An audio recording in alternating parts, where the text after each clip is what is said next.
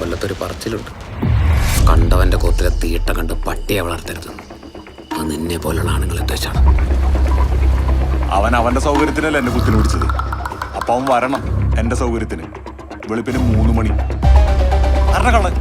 ഞാൻ അധ്വാനിച്ചിരിക്കുന്നുണ്ടാ. അധ്വാനിക്കുന്നവൻ എന്തിനാടാ സ്ത്രീധനം? അവൻ അധ്വാനിച്ച് കുടുംബം പോറ്റും.